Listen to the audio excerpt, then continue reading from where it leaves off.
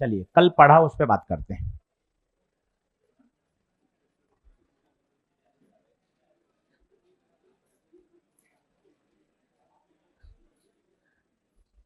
देखें, शांत होइए। क्या था? इलेक्ट्रिक फील्ड का इंटीग्रेशन करने पर क्या मिलता है? पोटेंशियल। उल्टा सोचो, पोटेंशियल का डिफरेंशिएशन।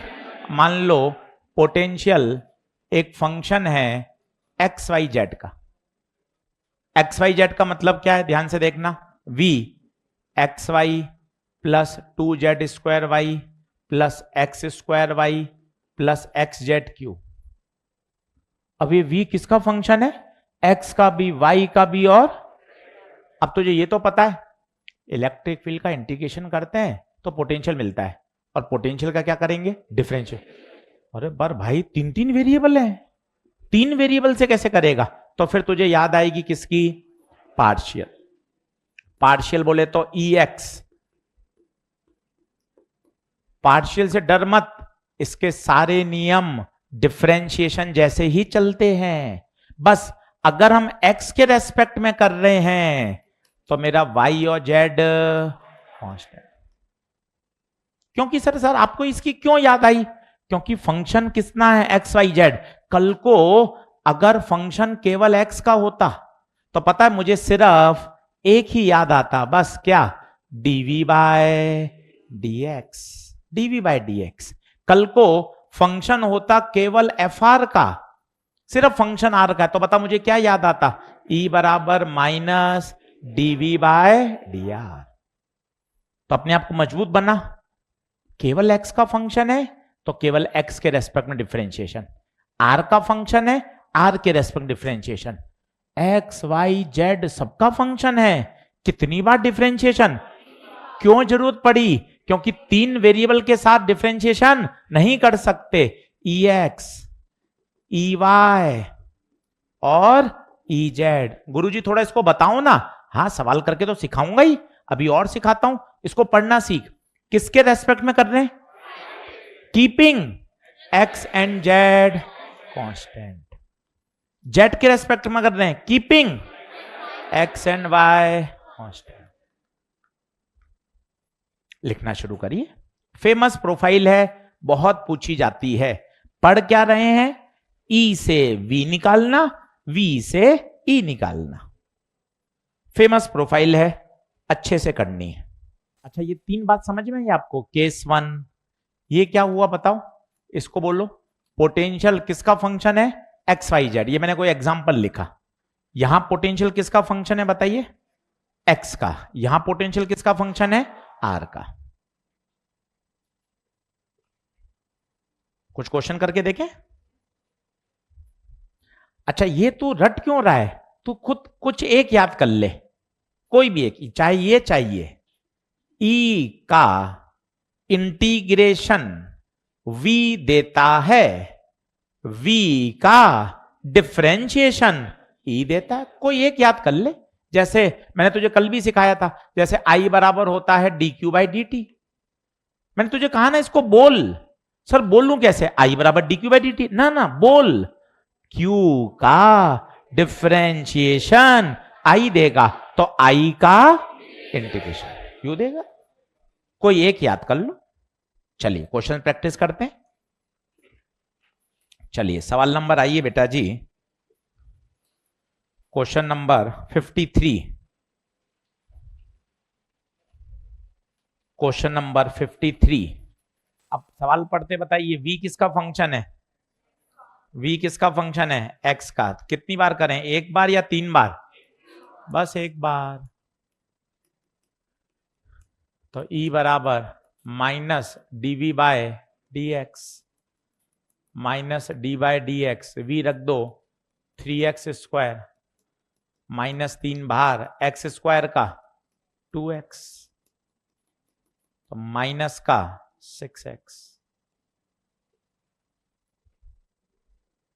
अब एक कोऑर्डिनेट दे रखा है, क्या दे रखा है बता? 103। अरे गुरुजी ये 3 क्यों दे रखे हैं? यहां तो केवल x ही है। तो ठीक है भाई तू x रख, यहां वाई और जेड की कोई महत्वता नहीं है, टाइम पास दे रखे, दे दिए क्या करें। तेरा फंक्शन एक्स का ही है तो केवल क्या रखेगा, एक्स रखेगा, एक्स रख दे। तो बता एट 1,0,3 -6 इंटू 1 कितना, -6।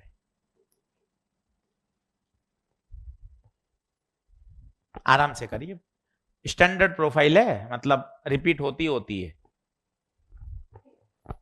अब अगला जंप मारिए 63 पर, देखते बताइए क्या फंक्शन एक्स वाई जेड तीनों का है।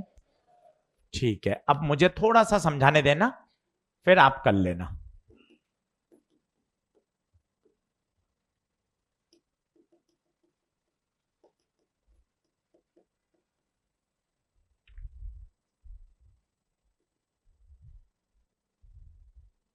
चल, अब एक बार बोर्ड पे देखिए तसल्ली से, अप्रोच समझिए, एकदम भागा दौड़ी मत करिए। पहला तो आपको यह चमकना चाहिए, प्रैक्टिस यहां हार्डवर्क काम करता है। क्या गिवन है, v, क्या निकालना है, e, तो v से e निकालने के लिए क्या करते हैं, डिफरेंशिएशन। ये पहला हथौड़ा, ये हथौड़ा नहीं पड़ेगा आप आगे नहीं बढ़ पाओगे। दिमाग में ये फिट होना चाहिए, ये प्रैक्टिस से फिट होता है। v से e निकालना है, क्या करो, डिफरेंशिएशन। किसका फंक्शन है, x y z तीनों का है, तो बता कितनी बार, 3 बार। मुझे करने दे 1-2 बार, फिर तू करना। डेल v बाय क्या आएगा बता, डेल x। x के रेस्पेक्ट में कर रहे हैं तो y और z कांस्टेंट। एक बार समझना बेटा, बोर्ड पे देखना बेटा, del by del x, v का फंक्शन रख दे, v का फंक्शन बता कितना है, 6xy minus Y plus 2yz। Board पे देख, मैं किसके रेस्पेक्ट में कर रहा हूं, x के रेस्पेक्ट में, x के रेस्पेक्ट में। तो 6 और y पूरा क्या हो गया, कांस्टेंट, कांस्टेंट बाहर, x का x के रेस्पेक्ट में 1, y कांस्टेंट, कांस्टेंट का 0, 2yz, तो बता कितना आ गया, माइनस का 6y। सर एक और बताओ, कुछ बच्चे ऐसे भी करते हैं, मैं पहले ऐसे सिखाता था बच्चों को, वो स्टाइल भी बढ़िया है, वो भी बता देता हूं, उससे थोड़ी गलती कम होती है। 6xy minus Y plus 2yz, पहले मैं ऐसे सिखाता था कि यार देख किसके रेस्पेक्ट में कर रहा है, y, तो x और z, तो उनको अंडरलाइन कर ले, 6x 2z, ये सब क्या है, कांस्टेंट। अब दिमाग ज्यादा आराम से चलता है, कांस्टेंट बाहर, y का y के रेस्पेक्ट में 1, y का y के रेस्पेक्ट में 1, कांस्टेंट बाहर, 2z y का y के रेस्पेक्ट में 1। बच्चे ये ज्यादा पसंद करते हैं, सर ये अंडरलाइन करके जल्दी हो जाता है, सोचना नहीं पड़ता। अब बता कितना आएगा, E y minus 6x minus 1 plus का 2z। सर एक मौका और दो, फिर मैं बिना देखे ही करूंगा। ये बात भी तेरी ठीक है, बीच बीच में तो ये कर देता है, ये भी अच्छा लगता है, सर मैं फिर बिना देखे करूंगा, ये बात भी ठीक है। आजा बोर्ड पे देख, हर बच्चा सीखो, बोर्ड पे देखो, मम्मी कसम, किसके रेस्पेक्ट में कर रहे हो, जेड, जेड के रेस्पेक्ट में कर रहे हो, तो क्या कांस्टेंट हुआ, एक्स और वाई, एक्स और एक्स, वाई एक्स, ये वाई, ये अंडरलाइन का मतलब ये सब क्या है, बस अब जल्दी हो जाएगा। बता ये पूरा ही कांस्टेंट, ये भी कांस्टेंट, कांस्टेंट बाहर, और जेड का ये फास्ट होता है। अब बता कितना बचा, 2y। अब तुझे कोऑर्डिनेट दे रखा है 1, 1, रख दो 1, 1, 0। सर इसमें तीनों कैसे रखूंगा, क्यों रख रहा है, y रख, 1, 1, 0। चलो करो सॉल्व, स्टार लगा के रखो, फेमस प्रोफाइल है, फेमस, हर परीक्षा में मेजर टेस्ट में दिखती हैं, ई से वी, वी से ई।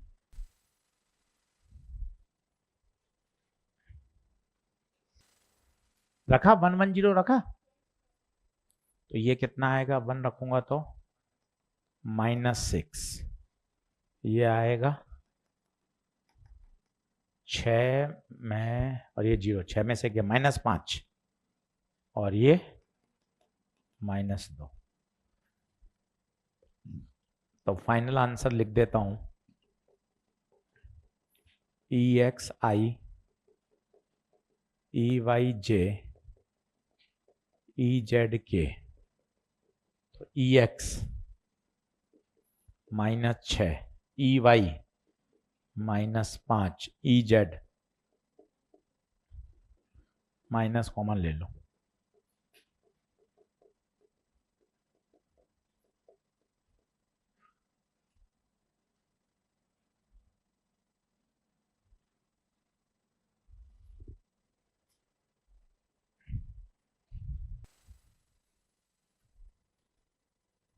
अब क्या, जैसे ये पूरी डीपीपी हो जाएगी, अब तुझे 10 दिन बाद करना है, तो क्या यूज है यार, मैं इसी को करूंगा, इसमें टिक भी लगे हुए हैं, आंसर भी लिखे हुए हैं, तो क्या करेंगे, इसको पूरा ऐप पे अपलोड कर देंगे एज अ टेस्ट पोर्टल। सारे 70 क्वेश्चन वहीं दिख गए, तो अपने आराम से उसको एक टेस्ट की तरह खुद दे ले। 1 घंटे बाद तुझे चेक भी नहीं करना कितने सही कितने गलत, वो अपने आप ही रिजल्ट जनरेट कर देगा। तो ये यूज है, और डिजिटल से अब दूर भाग नहीं सकते। डिजिटल और ऑफलाइन दोनों हाइब्रिड की तरह काम करेंगे, जहां उसका फायदा उठा सकते हैं वहां उठाना भी चाहिए। तो ऐसा नहीं है कि हम बिल्कुल स्टे अवे होके रह सकते हैं, दोनों एक दूसरे के साथ कॉम्प्लीमेंट होकर सप्लीमेंट होकर ही चलेंगे। बता आंसर कौन सा ऑप्शन, थर्ड आ रहा है क्या? चल अब एक और करके देख, और करा दो सर। क्वेश्चन नंबर 58 पर खुद कर। 58 में पेन भी नहीं चलाना मेरे बेटे, मेरे बेटे फैन भी नहीं चलाना। E बराबर होता है -del V/, वो कह रहा है V तो कांस्टेंट है, constant 5 volt through out constant है। अब बता कांस्टेंट का डिफरेंशिएशन, कुछ भी नहीं करना यार, बहुत आसान निकला। क्या आगे बढ़ूं? चलिए कुछ और चीजें पढ़ते हैं। ये मेरे हिसाब से एक इंपॉर्टेंट प्रोफाइल हो गई भैया, तो पन्ना पलट के कल वाली हेडिंग पे एक बार और स्टार लगा दे मेरे कहने पर। नीट 2026 में मुझे लग रहा है ये प्रोफाइल काम करेगी। ई से वी निकालना, वी से ई निकालना। कल अपन ने हेडिंग डाली थी, relation between electric field and potential, relation between electric field and potential. सही बात। चलो आगे बढ़ते हैं, अब थोड़ा रिवीजन करते हैं, पढ़ा हुआ तो है ये, एक बार और देखते हैं। कंडक्टर एंड इट्स प्रॉपर्टीज, इसके सारे नियम कानून पढ़े हुए हैं, पर एक बार और इसको सिस्टमेटिक जमाते हैं। Conductor and its properties. चलो अब पेन पेंसिल छोड़ना, समझना बोर्ड पर।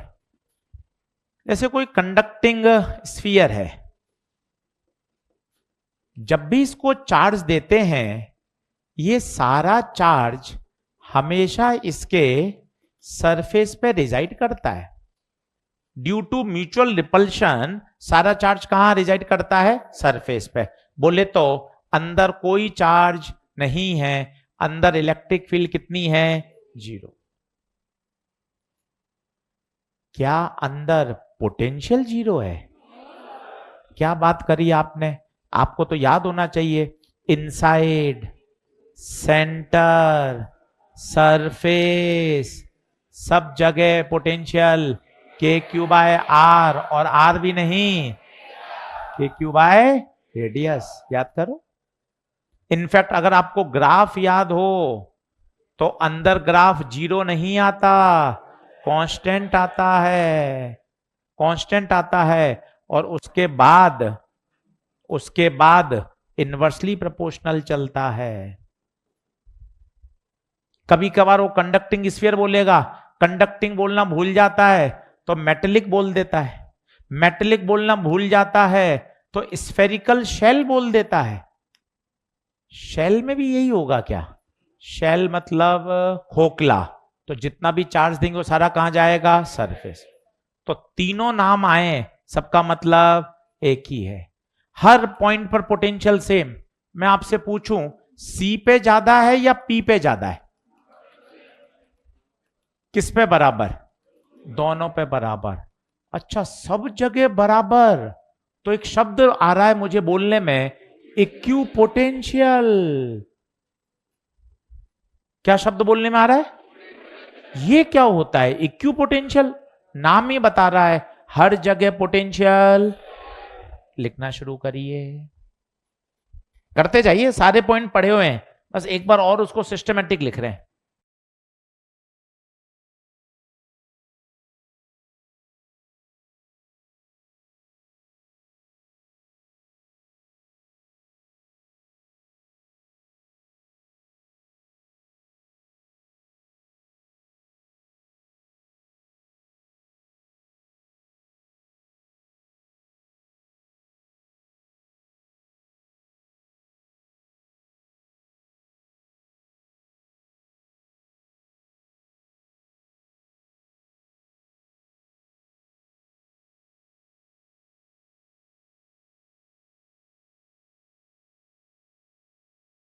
चलिए, ये एक अच्छा पॉइंट बहुत पूछा जाता है, इक्यू पोटेंशियल पे वर्क डन हमेशा जीरो। क्यों गुरुजी? तुझे सब पता है, मैं तुझे एक बार बताता हूं, अभी याद आ जाएगा।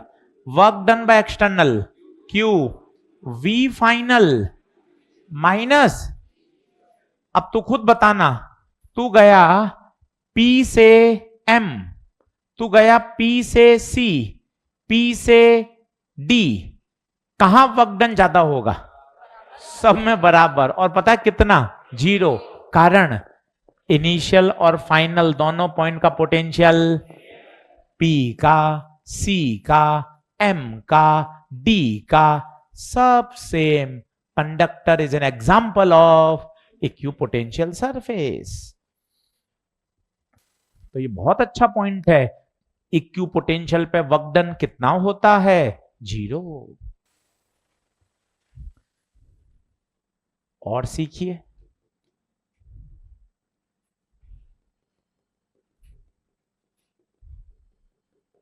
एक कैपेसिटर बीच में याद आ गई पुरानी बात। कैपेसिटर में दो प्लेट होती हैं, एक प्लस और एक माइनस। प्लस कहलाती है हाई पोटेंशियल, माइनस कहलाती है लो पोटेंशियल। और जो इलेक्ट्रिक लाइंस होती हैं ये प्लस से माइनस, ये सब आप बना चुके हो। आज मैं इसी को वापस लिख रहा हूं, आप समझना। In the direction of electric lines, in the direction of electric lines potential always decreases। देखो तो क्या ये ट्रू है या फॉल्स है? सीखना। इलेक्ट्रिक लाइंस ऐसे जा रही हैं, कहां है तीर का निशान? कहां? दरवाजे की तरफ। अगर मैं इलेक्ट्रिक लाइंस के साथ ही चलूं तो बताओ मैं कहां जा रहा हूं? हाई से लो। तो मेरा पोटेंशियल कम हो रहा है या बढ़ रहा है? कम हो रहा है। धीरे धीरे सुनिए, अगर मेरी चलने की दिशा किससे मैच कर जाए? इलेक्ट्रिक फील्ड की दिशा से। तो इलेक्ट्रिक फील्ड की दिशा में चलने पर पोटेंशियल हमेशा क्या होता है? कम। ऑलवेज। नोट करिए। अब मैं इसको यहां से कैसे जोड़ूंगा वो आप देखना। धीरे धीरे बोलिए। इलेक्ट्रिक फील्ड की दिशा में चलने पर पोटेंशियल हमेशा कम होता है। और याद करने का तरीका देख कितना अच्छा बताया, पॉजिटिव से नेगेटिव, हाई से लो।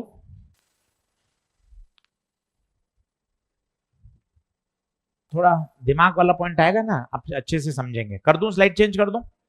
जल्दी आइए आगे, बराबर आगे, पीछे भैया लिख लिया?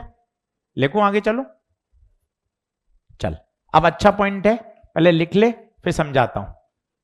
Electric lines of forces are always perpendicular to equipotential surface. हमेशा एंगल 90 डिग्री।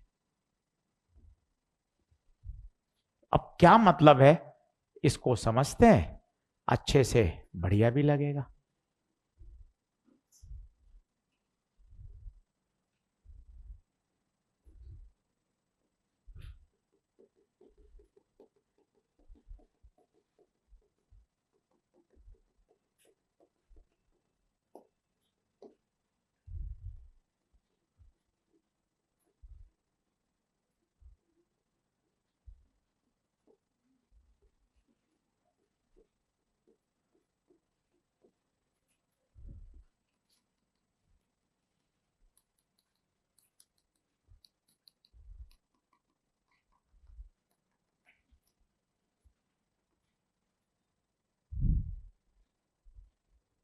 चलिए अब सब लोग बोर्ड पे देखना, अच्छा पॉइंट है, एक दो बार में समझेंगे तो मजा आएगा। जैसे मान लो ये इक्यू पोटेंशियल सरफेस है, ये पूरी कॉपी। इक्यू पोटेंशियल का पहले मतलब बताओ। हर जगह पोटेंशियल, क्या ये समझ में आता है? इक्यू पोटेंशियल बोले तो हर जगह पोटेंशियल, ये इक्यू पोटेंशियल है। मैंने कहा इलेक्ट्रिक फील्ड ये रही इसी प्लेन में, ये रही इलेक्ट्रिक फील्ड। आप कहोगे सर नहीं हो सकती, क्यों?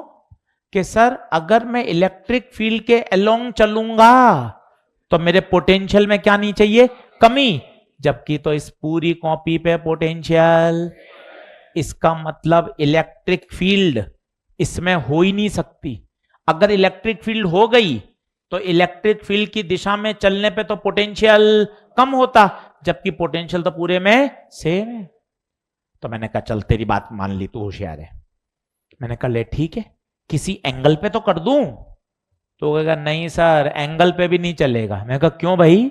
कि सर एंगल पे करोगे तो भी तो एक कंपोनेंट तो उसी में आ जाएगा, और अगर एक कंपोनेंट उसमें आ गया इसका मतलब है पोटेंशियल कम होना चाहिए।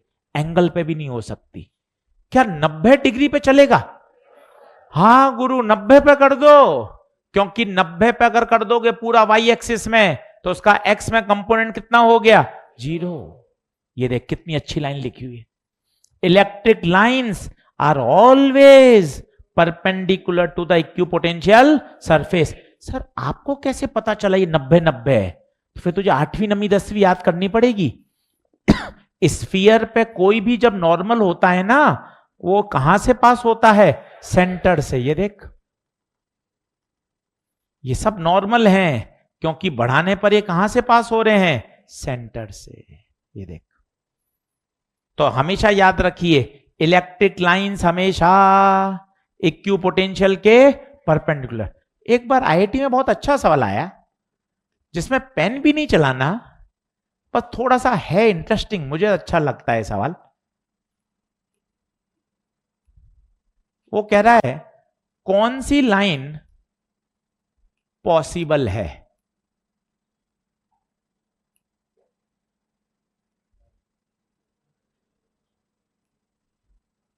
कौन सी इलेक्ट्रिक लाइंस पॉसिबल है? 1 2 3 4 कौन सी ELOF electric lines of force possible है? और ये है आपका कंडक्टर। अब मजा आएगा सुनना है, एक एक का कारण बताना क्यों उड़ेगा वो बता। ये गलत, इलेक्ट्रिक फील्ड अंदर हो ही नहीं सकती। कंडक्टर के अंदर इलेक्ट्रिक फील्ड हमेशा हमेशा 1 नॉट पॉसिबल। अंदर इलेक्ट्रिक लाइंस पॉसिबल नहीं है। 3, और 103 तो सेंटर से पास हो रही है ना। अरे अंदर possible he not possible. Low sir फिर 2 कर दो। 2 की एक नियम नहीं हो रहा क्या? ये 90 होना चाहिए। सर 90 होगा नहीं, 90 के लिए कहां से पास होना चाहिए? इसका मतलब ये भी संभव नहीं है। तो सर मैं क्या क्या चेक करूं? 2 ही बात चेक करनी है, अंदर नहीं हो सकती, ये भी नॉट पॉसिबल। क्या ये ओके है क्या? कैसे बता? अंदर नहीं है, यस, क्या ये 90 है? कैसे पता चला? सेंटेंस। क्या ये 90 है? तो बता सही उत्तर कौन सा? 4। कितना प्यारा सवाल। और एक कारण बताता हूं कि सर 90 डिग्री को और समझाओ, और देख मजा आएगा। एक और एक्सप्लेनेशन देता हूं ताकि और अच्छा लगे। डीवी बराबर होता है -E.dr। कल सिखाया था, याद कर। मुझे बता डीवी क्या है, बिंदास। DV potential difference, small potential difference. Equipotential पे पोटेंशियल डिफरेंस, इक्यू पोटेंशियल पे पोटेंशियल डिफरेंस। क्यों? क्यों? क्यों? इक्यू पोटेंशियल पे तो पोटेंशियल सब जगह सेम है, तो पोटेंशियल डिफरेंस। बहुत अच्छा कर रहा है, बोर्ड पे देखना, मजा आने वाला है। बोर्ड पे देख भाई साहब, डॉट प्रोडक्ट 0 आ गया। अगर दुनिया में डॉट प्रोडक्ट 0 आ गया, इसका मतलब ये दोनों परपेंडिकुलर हैं। इलेक्ट्रिक लाइंस और पोजीशन हमेशा एक दूसरे के परपेंडिकुलर। इसलिए कहा जाता है वर्क डन इक्यू पोटेंशियल कितना होता है? 0। क्योंकि याद कर 90 डिग्री पर वर्क डन हमेशा, 90 डिग्री पर वर्क डन हमेशा 0। नोट कर। अच्छा कॉन्सेप्ट है, एक बार फिर रिवाइज करते हैं।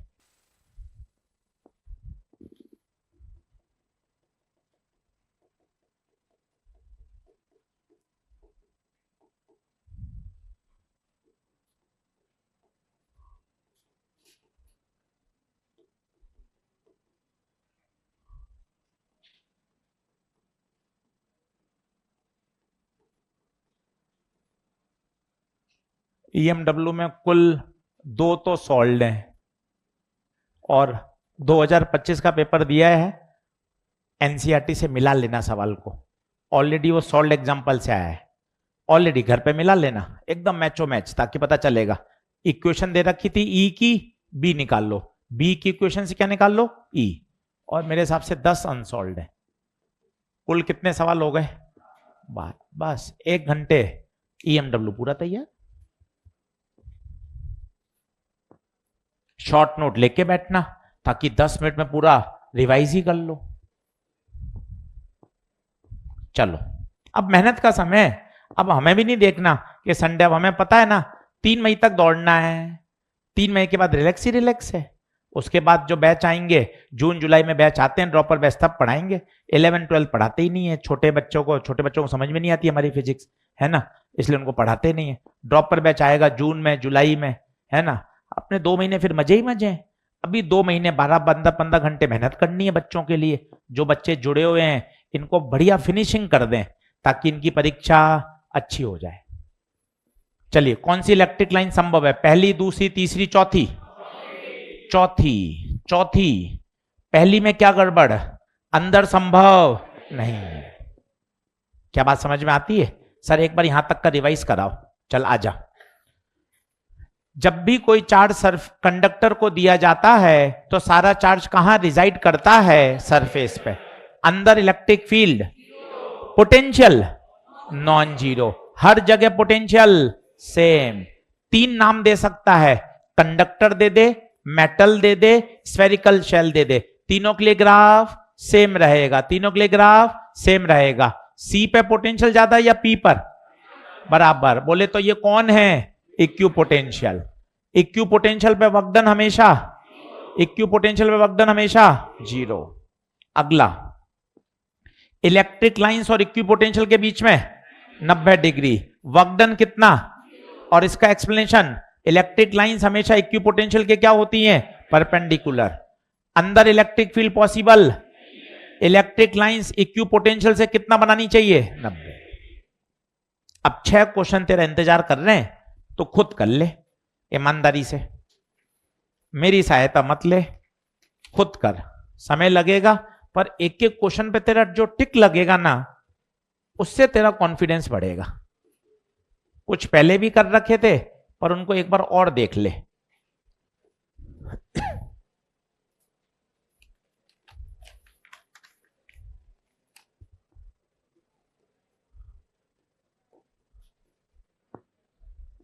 6 क्वेश्चन 6 मिनट। चलो कौन सा बताऊं भाई 6 में से? सारे हो गए क्या? आंसर मैच कर लें। 61 एंगल कितना? 90। 62 पे सी पे ज्यादा या पी पर? दोनों पे बराबर। पेन भी चलाना। Potential difference 0। 59 ग्राफ।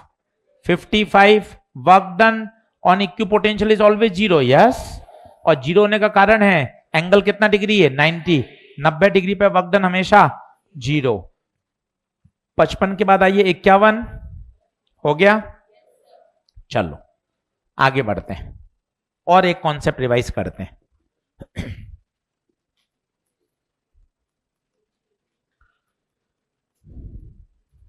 और एक कॉन्सेप्ट रिवाइज करते हैं। सभी लोग बोर्ड पे देखें। अगर मेरे पास कंडक्टर ना होके नॉन कंडक्टर होता तो बता चार्ज सरफेस पे होता या पूरे वॉल्यूम पे होता? मानता है? और अंदर इलेक्ट्रिक फील्ड क्या 0 होती? एक अजीब सा फॉर्मूला है के क्यू आर बाय आर। याद कर।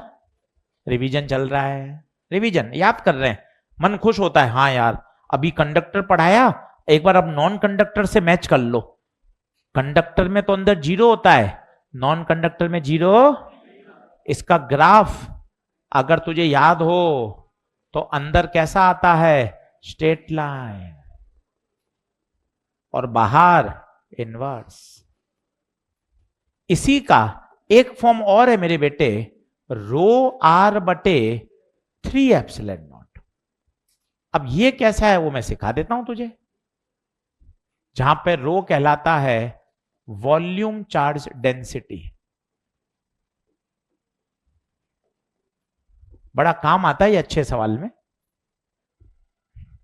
1 मिनट में डिराइव कर दूंगा पर आप उसको लिखिएगा मत, आपको सीधा याद होना चाहिए। ये कंडक्टर है या नॉन कंडक्टर है? बढ़े आगे। कैसे आया है 1 सेकंड देख ले बस। रो रो होता है वॉल्यूम चार्ज डेंसिटी। बोले तो चार्ज बटे वॉल्यूम। चार्ज क्यू स्फीयर का वॉल्यूम 4/3 पाई आर क्यू। अब फॉर्मूला होता है इनसाइड का के क्यू आर बटे आर क्यू। के की जगह डाल दिया 1/4 पाई एप्सिलॉन नॉट। क्यू की जगह बता तो कितना आएगा? क्रॉस मल्टीप्लाई कर। कितना आएगा? Rho into 4/3 pi are Q. ये क्यू हो गया, ये आर हो गया, बटे में आर क्यूब। आर क्यूब से आर क्यूब, 4 पाई से 4 पाई, क्या बचा? रो आर बटे 3 एप्सिलॉन। जरूरत नहीं है इसलिए आवश्यकता नहीं पड़ती। अपन को सीधा फॉर्मूला याद होना चाहिए।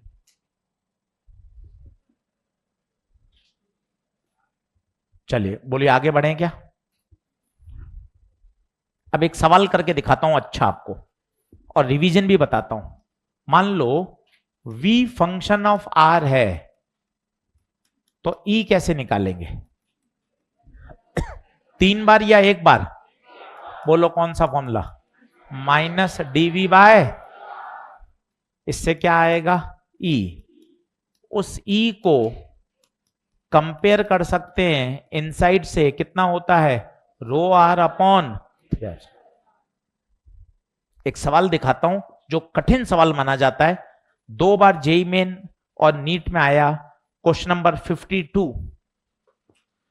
One of the best question. ये चमकता नहीं अगर 2 से 3 बार नहीं करा हुआ हो तो। 52 को बॉक्स में डाल दें, स्टार ना लगाएं, टफ लिखें। स्टार का तो मतलब ये होता है कि बहुत बार रिपीट होता है। कठिन सवाल है, रिपीट हुआ है, पर अच्छे प्रश्न में इसकी गिनती होती है। मैं बात कर रहा हूं क्वेश्चन नंबर 52। आप अटेम्प्ट करिए मेरे बिना हिंट के। v दे रखा है तो v से क्या निकाल लें? e। खुद करिए, 2 से 3 बार सवाल ही पढ़ लीजिए ताकि इस तरह की भाषा समझ में आए। सवाल को बॉक्स में डाल देना डीपीपी में, ताकि वो अलग से चमके जब आप पढ़ो। आया? अच्छा सवाल है भाई, अब तेरे चमक जाएगा क्योंकि आप पढ़ लिया ना। स्टेप 1 बता, v का फंक्शन दे रखा है, कितना है? 2ar² plus B. मैं पूरा लिख रहा हूं शब्दों में, v से पहले e कैलकुलेट करो, ऐसा लिख ले तो तेरे दिमाग में क्या वो स्टेप ही छप जाएंगे। E बराबर minus dv by dr, v कितना 2ar² प्लस बी, तो माइनस 2 बाहर, a बाहर, r² का 2r, b का 0, तो बता e कितना माइनस का 4a r की पावर 1, r की पावर 1। तो कैसा रिलेशनशिप आया बता, लीनियर, r की पावर 1। और हम जानते हैं इनसाइड का फॉर्मूला क्या होता है, रो r अपॉन 3 एप्सिलॉन। ये भी लीनियर है, ये भी लीनियर है।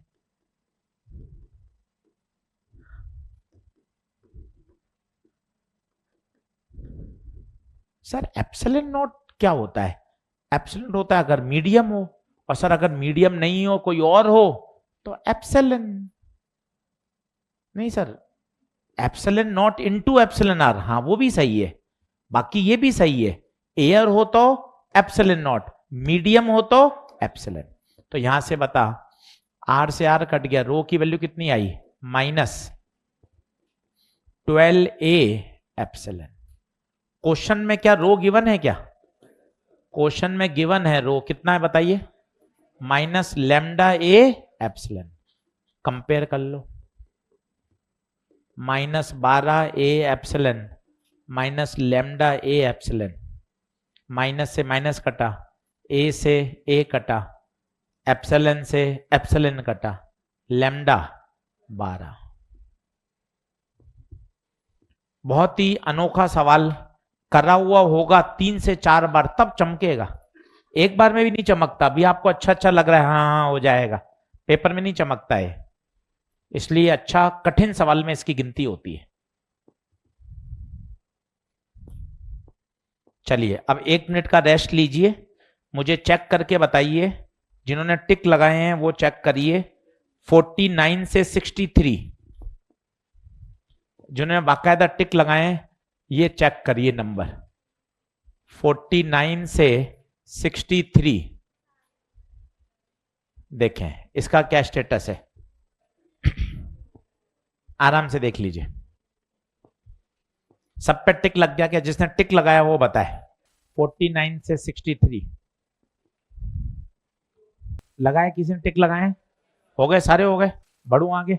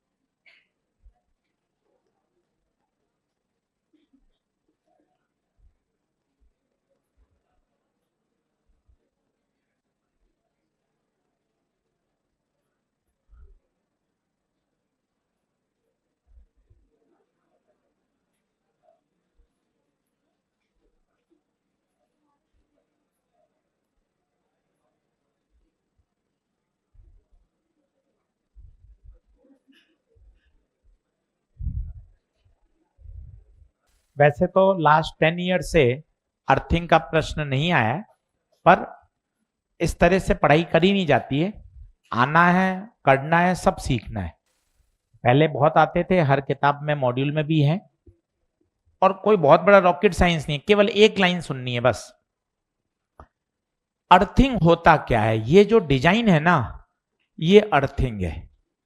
ये गुरुजी क्या हुआ इस अर्थिंग में? इसमें क्या होता है, हम स्फीयर को किससे जोड़ रहे हैं? अर्थ से। अर्थ से जोड़ना, इसे बोलते हैं अर्थिंग। अर्थ का पोटेंशियल कितना होता है? 0। किसी स्फीयर को आपने अर्थ से जोड़ दिया तो पता है चार्जेस का होगा लेन देन, और ये लेन देन कब तक चलेगा? जब तक दोनों का पोटेंशियल सेम। अर्थ का कितना? तो बॉडी का भी 0 हो जाएगा। कई बच्चे ऐसा सोच लेते हैं, कुछ हद तक सही है पर हमेशा सही नहीं है। बच्चा ऐसा सोचता है चार्ज हमेशा स्फीयर से अर्थ में जाएगा। ना भैया, स्फीयर से अर्थ में जा भी सकता है, अर्थ से आ भी सकता है। ये कोई शर्त नहीं होती कि छोटे से बड़े में जाता है या बड़े में से छोटा जाता है ना।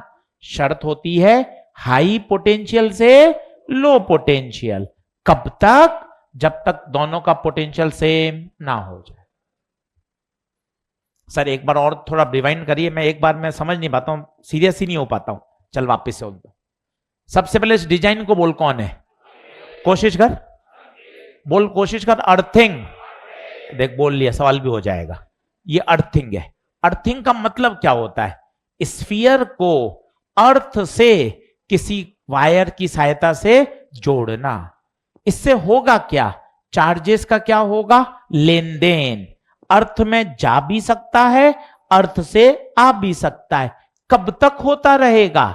जब तक पोटेंशियल सेम। अर्थ का कितना? 0 हमेशा। तो बॉडी का भी क्या होगा? इसका मतलब जिस स्फीयर की अर्थिंग हुई है उस पर एक पॉइंट ले लें और उस पॉइंट का पोटेंशियल क्या कर दें? 0। क्या याद आ रहा है कुछ कुछ? तो जहां अर्थिंग हो जाए वहां का पोटेंशियल 0। अब मुझे बताइए, मैंने इस स्फीयर पे नया चार्ज कितना मान लिया? x। किस पे? अंदर या बाहर? जिसकी अर्थिंग हुई है। क्यों सर? उसी ने तो चार्ज का लेन देन किया है। बाहर वाले में तो कुछ चेंज ही नहीं हुआ। बाहर वाला तो भाई आइसोलेट पड़ा है दुनिया से, इसका किसी से कोई संबंध ही, साधु सन्यासी है भाई। बाहर वाला कोई लेन देन ही नहीं कर रहा, किसी से उसका कोई लेन देन नहीं है। इसका मतलब उसका चार्ज तो बदल ही नहीं सकता। जिसकी अर्थिंग हुई है परिवर्तन तो उसी में आएगा। तो देख मैंने कितना अच्छा सेंटेंस लिखा। जिस स्फीयर की अर्थिंग हो जाए उस पर हमेशा नया चार्ज क्या मान लो? x। क्या हाँ है क्या? अब मुझे बताइए, क्या मैं इस पॉइंट का पोटेंशियल 0 कर दूं? अब मुझे सोच के बताइए, P पर पोटेंशियल कौन कौन देगा? दोनों। इसको मछली की आंख मानिए और ध्यान से बताइए, ये स्फीयर 1 का क्या है? बहुत बढ़िया। स्फीयर 1 का तो है ये सरफेस। सरफेस का फॉर्मूला बोलिए, के Q x by radius R1। याद आ रहा है? और यही पॉइंट स्फीयर 2 के लिए क्या है? स्फीयर 2 के लिए इनसाइड। और इनसाइड का फॉर्मूला बताइए, के क्यू बाय रेडियस R।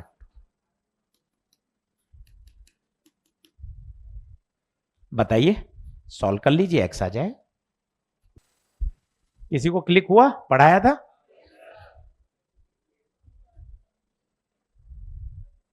बहुत पहले यह सवाल आया हुआ था, तो के एक्स वापिस रिव्यू कर लिया, दिमाग में बैठ जाती है बातें। रिवीजन बड़ा आसान होता है भाई, एक बार पढ़ने में जोर लगता है। अब एक बार पढ़ लिया था, अब देख कितना जल्दी समझ में आया। तो क्विक होता है काम, बहुत ऐसा कठिनाई नहीं होती। जिस स्फीयर की अर्थिंग हो जाए उसके पुराने चार्ज से कोई लेना देना नहीं है। याद करिए, बताया था क्लास में। कौन से चार्ज से मतलब है उसके? नए। क्योंकि अब तो वो अर्थ से क्या कर चुका है? लेन देन, तो उसके पुराने चार्ज से मतलब ही नहीं है, नया चार्ज चाहिए।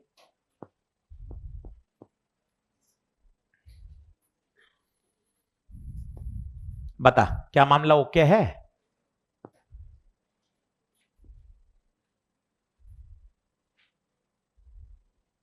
करूं नेक्स्ट करूं?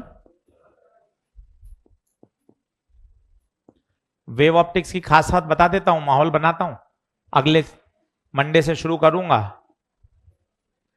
चैप्टर बहुत छोटा है, 3 हिस्से हैं उसमें, इंटरफेरेंस, डिफ्रैक्शन और पोलराइजेशन। यहां तक आप सबको पता है। 2 प्रश्न आते हैं वेव ऑप्टिक्स के, यहां भी ठीक है। पोलराइजेशन 1 घंटे का टॉपिक है, 2 ही लॉ हैं उसमें, ब्रिस्टल लॉ और मेलस।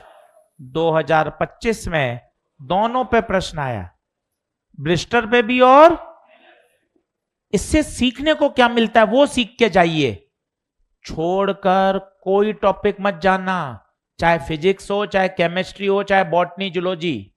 भाई तू सोच, रे ऑप्टिक्स इतना बड़े पढ़ाता है, मैग्नेटिक फील्ड इतना पढ़ाता हूं, तब जाके 2 सवाल आते हैं। वेव ऑप्टिक्स में पोलराइजेशन 1 घंटे में हो जाता है पूरा, बहुत तसल्ली से पढ़ा के दिखाऊंगा तुझे 1 घंटे में विथ न्यूमेरिकल। और उसी 1 घंटे में कितने प्रश्न आ गए? 2। 2025 का पेपर देख लेना। इसलिए इससे लर्निंग क्या मिलती है, छोड़ के कुछ नहीं जाना है। हो सकता है मैंने न्यूमेरिकल कम प्रैक्टिस करी हो सकता है मैंने उसका मॉड्यूल करा ही नहीं हो, पर कम से कम मुझे बेसिक फॉर्मूले, बेसिक क्लास नोट्स वाले न्यूमेरिकल तो आने ही चाहिए। छोड़कर कुछ नहीं जाऊंगा, किसी बड़े भैया की बात नहीं मानूंगा, ये छोड़ ले, 12th वाला पोर्शन कर ले, 11वीं के कुछ कुछ टॉपिक छोड़ दे, काम चल जाएगा। ऐसा ये गलती मत करना। ये कहीं नहीं लिखा हुआ है कि इसका इतना वेटेज है, इसका इतना वेटेज है। किसी भी चैप्टर के कितने भी प्रश्न आ सकते हैं, कोई आप चैलेंज नहीं कर पाओगे। रे का 1 ही आया, वेव के 4 आ गए तो आ गए तो आ गए, बाद में रोने से कोई फायदा नहीं है। कहीं नहीं लिखा हुआ किसी चैप्टर का वेटेज। जो भी टीचर बता रहा है वो पिछले 15-20 साल का अपना वो कंक्लूजन बता रहा है, इतने इतने आ रहे हैं। लिखा हुआ एनटीए कोई नहीं देता, ये बात ध्यान रखिएगा। इसलिए बात दिमाग में बैठाइए, स्मार्ट प्ले, हाई वेटेज, लो वेटेज, ये पीवाईक्यू का आधार है। 2026 में क्या होगा ये किसी को नहीं पता है, इसलिए पूरा करके जाइए। हाँ ये सही है, कम आना ज्यादा आना ये सबका अलग अलग होता है। आप मुझे भी 50 टॉपिक पढ़ा दो, मेरे 50 के 50 बराबर थोड़े तैयार होंगे। कुछ मुझे ज्यादा अच्छे समझ में आए होंगे, किसी में मेरी मास्टरी होगी, कोई मेरे ठीक ठाक ही होंगे, कुछ मेरे गए बीते होंगे। पर मुझे इतना तो मेंटेन करना है कि मुझे चैप्टर के फॉर्मूले तो याद होने चाहिए। शायद आप मेरी बात समझ पा रहे हैं मैं क्या कहना चाहता हूं। 2 सवाल पोलराइजेशन, 1 घंटे का चैप्टर, और 2 के 2 क्वेश्चन आ गए 1 ही घंटे में, तो इसको छोड़ के कुछ भी नहीं जाना है। चलिए आगे बढ़ते हैं। कॉन्सेप्ट रिवीजन बनाते जाइए। 2025 की बात चली तो ये वाली बात याद आ गई। 2 स्फीयर को टच कर दिया था, किसी को याद है? टच करने के बाद चार्ज रीडिस्ट्रीब्यूट हो जाता है, और नए चार्ज किसी को याद है? नए चार्ज लिखना शुरू करिए। हाँ जी, कोई बताएगा formula? Q1 R1 upon into Q1 plus Q2 R1 plus R2 into, और अगर आइडेंटिकल हो तो आधे आधे। रेशियो लो इसका, तो Q1 बाय Q2 आएगा R1 बाय 8। सर ये तो पढ़ा हुआ था, बिल्कुल। अब एक पढ़ना और एक अप्लाई करने में अंतर क्या है? भाई का सवाल आ गया नीट में, सरफेस चार्ज डेंसिटी का रेशियो बताओ। अब एक होता है रटना, एक होता है पेपर में अप्लाई करना।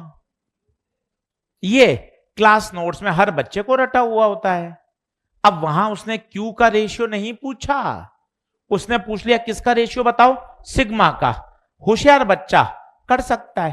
भाई फिजिक्स में डर क्यों लगता है? अगर तुम मुझसे यही पूछ ले सर आपका अनुभव क्यों, मतलब 20-22 लाख बच्चा दे रहा है, जेई में 13 लाख बच्चा दे रहा है, हर बच्चे की फिजिक्स में क्यों हालत खराब है? ऐसा क्या है सर? कुछ तो एक अंडरलाइन बात बताओ। अंडरलाइन बात यह है, बायो में तो क्या है, रटा हुआ, जो तू रट के जाता है वो एग्जामिनर पूछ लेता है, जो तू रट के जाता है वही सेंटेंस पूछ लेता है। फिजिक्स में तू रट के गया बायो-सवर्ट लॉ, पर वो बायो-सवर्ट लॉ पूछेगा ही नहीं, वो बायो-सवर्ट लॉ की क्या पूछेगा, एप्लीकेशन, ये डायग्राम बना देगा। अब ये कुछ रटने के ही नहीं है, ये तो हर डायग्राम का उत्तर अलग अलग है। बायो में मोस्टली तो क्या है, जो तूने इंफॉर्मेशन रटी वो इंफॉर्मेशन पूछ ली, मोस्टली 70% रट के गया पूछ ली, रट के गया पूछ ली। यहां अप्लाई करना पड़ता है, अप्लाई करने में अपनी धक धक धक धक धक धक हो जाती है, इसलिए अपन फिजिक्स से भागते हैं, बाकी और कोई भागने का कारण नहीं है। अब तू तो ये रट के गया, अब तुझसे कोई ये पूछ लेता है Q1/Q2 का रेशियो बता, Q1/Q2 का रेशियो बता, तो तू तुरंत बोलता R1 बाय, क्योंकि तेरी कॉपी में रटा हुआ है। पर उसने भाई ने ये नहीं पूछा, उसने पूछा किसका रेशियो बताओ, सिग्मा का। अब दिमाग लगाने वाला बच्चा कर लेगा, देख मैं तुझे बताता हूं, तो खुद भी कर लेगा। सिग्मा होता क्या है, चार्ज बटे एरिया। पहले स्फीयर का चार्ज Q1, एरिया स्फीयर है 4πr1², दूसरे का Q2, दूसरे का 4πr2², डिवाइड, तो σ1/σ2, 4π तो कट गया, Q1/Q2 ये ऊपर जाएगा, R2²/R1²। अब Q1/Q2 की जगह Q1/Q, ये देख अब रटा हुआ काम आया, अब रटा हुआ काम आया, Q1/Q2 की जगह R1/R2, और ये तो है ही R2²/R, ये कटा ये कटा, तो σ1/σ2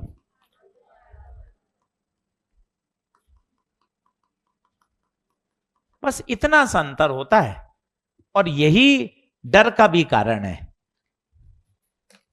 और थोड़ी हिम्मत रखते हैं, हाँ ठीक है यार, आज सिग्मा पूछा है, कल को हो सकता है इलेक्ट्रिक फील्ड का रेशियो पूछ लेता, तो वो भी मैं कर लूंगा। इलेक्ट्रिक फील्ड पता है सरफेस पे कितनी होती है, KQ/r²।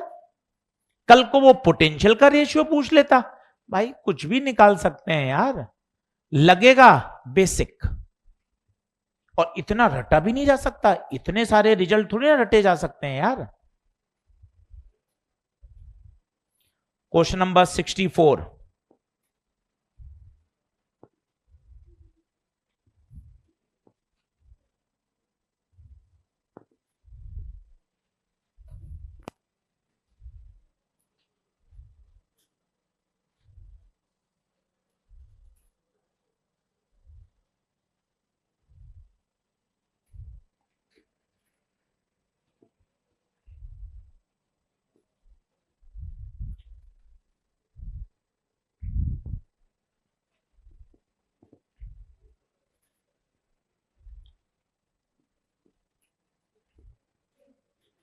बता कितना आंसर, सेकंड, देख ले।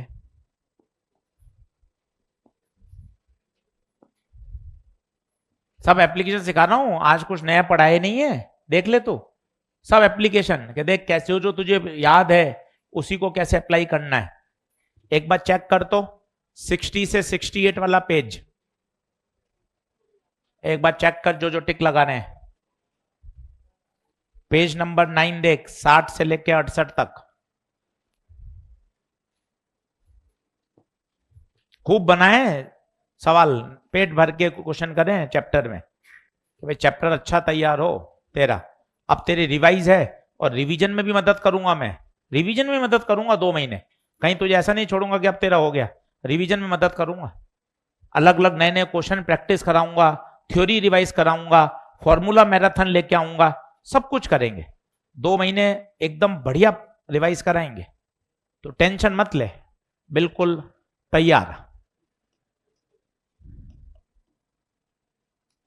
चल और सिखाता हूं तुझे, गॉस लॉ। गॉस लॉ में मुझे बता, तुझे अब समझदारी आ गई होगी, फ्लक्स निकालने का तरीका क्यू एनक्लोज बाय एप्सिलॉन। एक एससीवी का सवाल है कि तेरे पास एक वायर है इन्फानाइट, सुनना बहुत अच्छा सवाल, बस वही है एप्लीकेशन, एक रटना है एक एप्लीकेशन है, इन्फानाइट वायर, और उसकी लीनियर चार्ज डेंसिटी दे रखी है कितनी, लैम्डा। ये लीनियर चार्ज डेंसिटी क्या होता है? Linear charge density charge upon length. भाई ने क्या किया,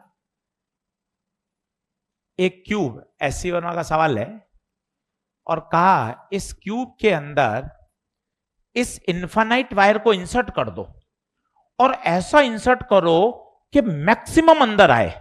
तो आपने कहा ले यार सीधा सीधा इंसर्ट कर देते हैं, क्या ये मैक्सिमम है क्या? कहां मैक्सिमम है, ये तो ए लंबाई का ही आया बस। तो क्या करें, क्या करें? हाँ डायगनल, ये अच्छा बोला एक बच्चे ने, डायगनल, एक बच्चे ने अच्छा बोला डायगनल, एक बच्चे ने अच्छा बोला डायगनल। पर डायगनल में अगर ऐसा करूं तो ये तो √2a हुआ, मैक्सिमम, मैक्सिमम। क्या ये सही है क्या? क्यों? क्योंकि ये मैक्सिमम लंबाई होती है √3a। सर ये बॉडी डायगोनल होता क्या है? ये तो कमरे में बैठा है, इसी में देख ले, ऊपर का कोना जहां कैमरा है और वहां का नीचा का कोना, ये मिलाने वाला सबसे ज्यादा लंबाई है।